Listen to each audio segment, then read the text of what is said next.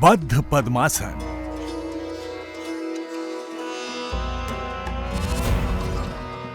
राज कपूत आसन,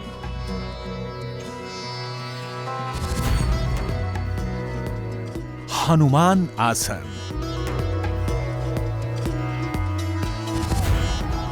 महाकुंभ में आध्यात्म के ज्ञान के साथ योग साधना का भी मिश्रण है। योग और योगियों का समागम देखने के लिए दुनिया भर के लोग यहां पहुंचे हैं। 13 अखाड़ों के अलावा कई ऐसे आश्रम और शिविर हैं जहां हर दिन लोगों को योग सिखाया जा रहा है, निरोग रहना सिखाया जा रहा है। लोगों को आत्मिक शुद्धि, मानसिक शांति और शारीरिक मजबूती का पाठ पढ़ाया जा रहा है। महाकुंभ में आए लाखों विदेशी सैलानियों में योग को लेकर अलग ही क्रेज देखा जा रहा है।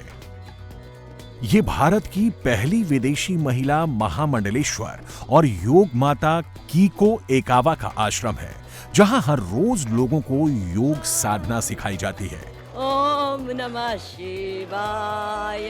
मामा गए ओम नमः। कीको एकावा के शिविर में सैकड़ों विदेशी साधक हर रोज आध्यात्मिक और मानसिक शांति, शारीरिक मजबूती के लिए आसन सीख रहे हैं।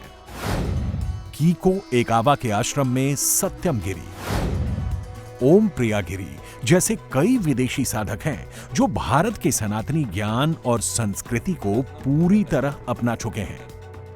योग साधना ने सत्यम गिरी, ओम प्रिया गिरी जैसे साधकों का जीवन ही बदल दिया है। कैसे, देख लीजिए। रूस के योग साधक के कठिन आसन देखकर अंदाजा लगाना भी मुश्किल होता है कि इनकी जड़ें भारत से जुड़ी हुई नहीं हैं। ये ऐसे कठिन आसन आसानी से कर लेते हैं जो आम साधकों के लिए सीखना भी मुश्किल है। ये बद्ध पद्मासन है और बद्ध पद्मासन करने के लिए बहुत ज़्यादा फ्लेक्सिबिलिटी चाहिए होती है।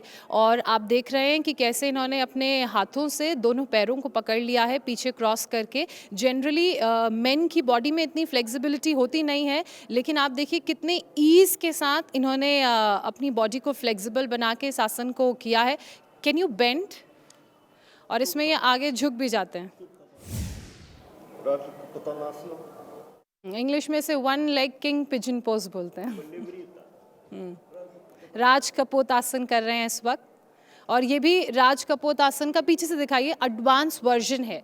अपने दाहिने हाथ से इन्होंने दाहिना पैर पकड़ा है और बाहिने हाथ से कमर से पीछे लाते हुए अपना बाहिना पैर पकड़ा है। ये राज कपोत आसन का भी एडवांस वर्जन है।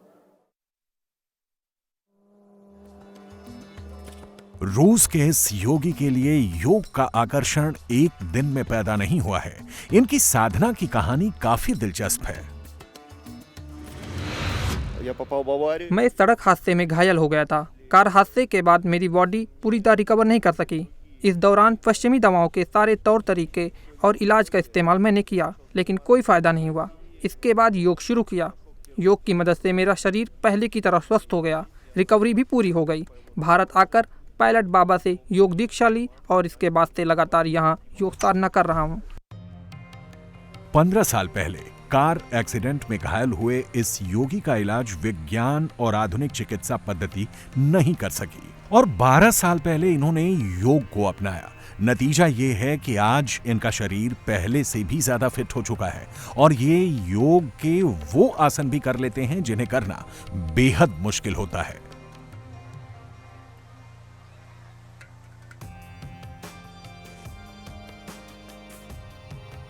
रूस के इन साधक का नाम सत्यम गिरी है, जो पिछले 15 साल से योग साधना में जुटे हैं। सत्यम गिरी इस वक्त मेरे साथ मौजूद हैं। मिलिए सत्यम गिरी से।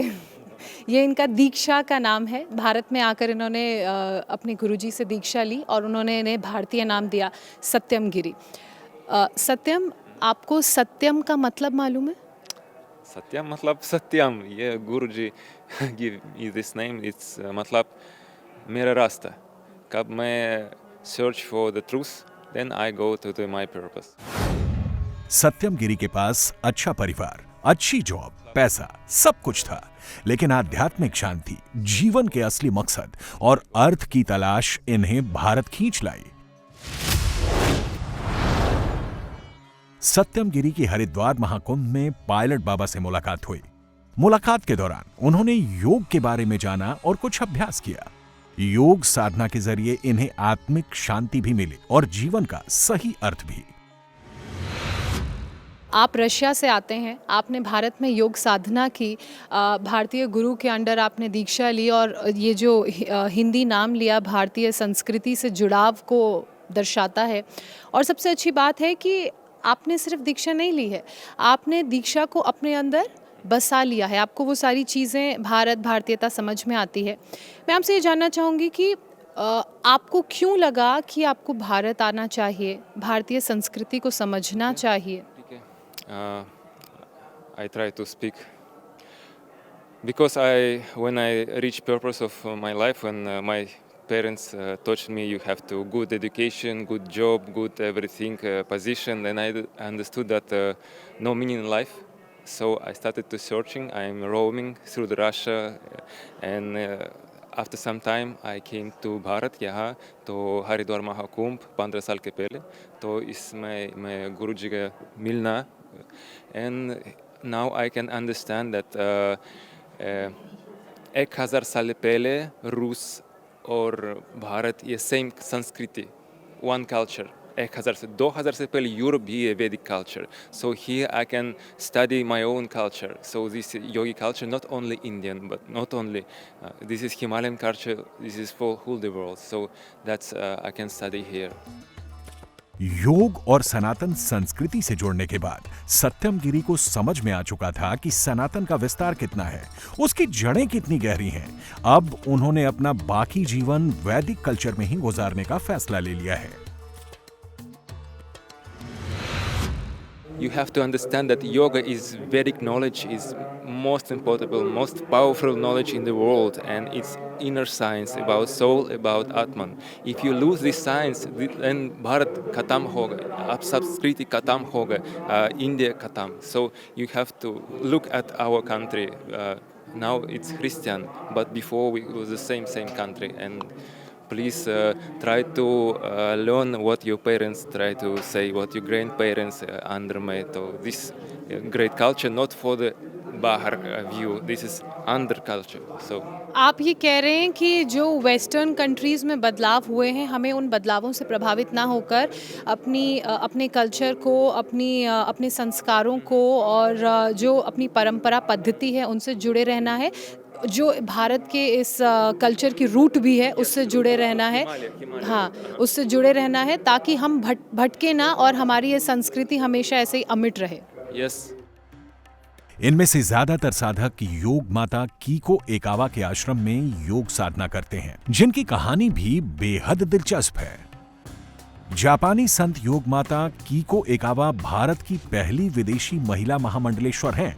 सनातन धर्म में इनका नाम योग माता केवलानंद रखा गया है। ये हजारों विदेशी भक्तों को सनातन की शिक्षा और दीक्षा दे चुकी हैं।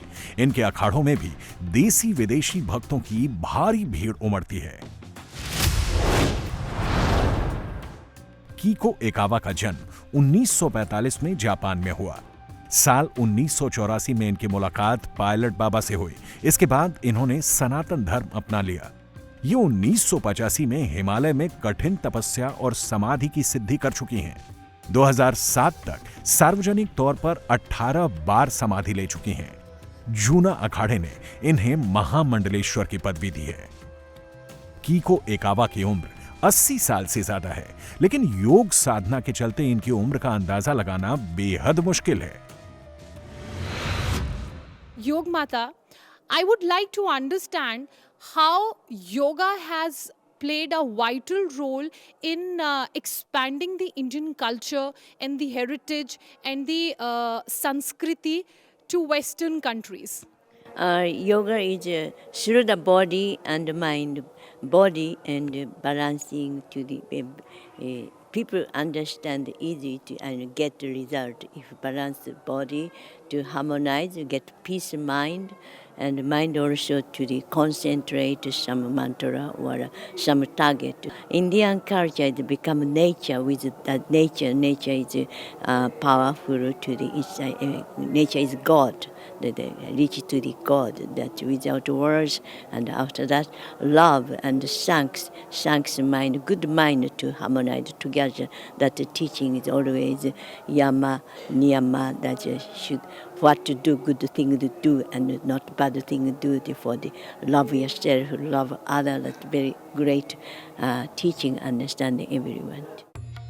कई महिला योग साधक देसी विदेशी साधकों को योग ज्ञान का अमृतपान कराती हैं। आत्मिक, मानसिक शांति के साथ स्वस्थ तन का भी ज्ञान देती हैं।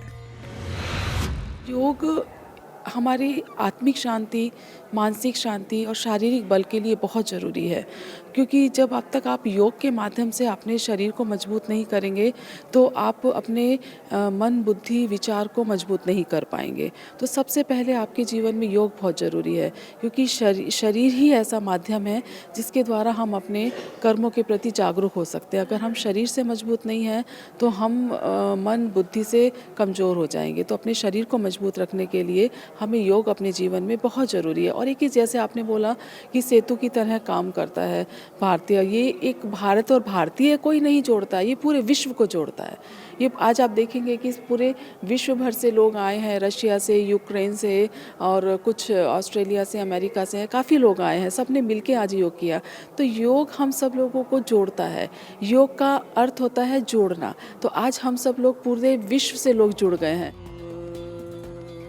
भारतीय योग ने पूरी दुनिया को एक सूत्र में पिरोने का काम किया है। विदेशी संस्कृति में पले लोगों को भी योग का महत्व समझ में आ रहा है। पश्चिमी सभ्यता के हजारों लाखों लोग योग से जुड़ चुके हैं, सनातन की गहराई में डूब चुके हैं।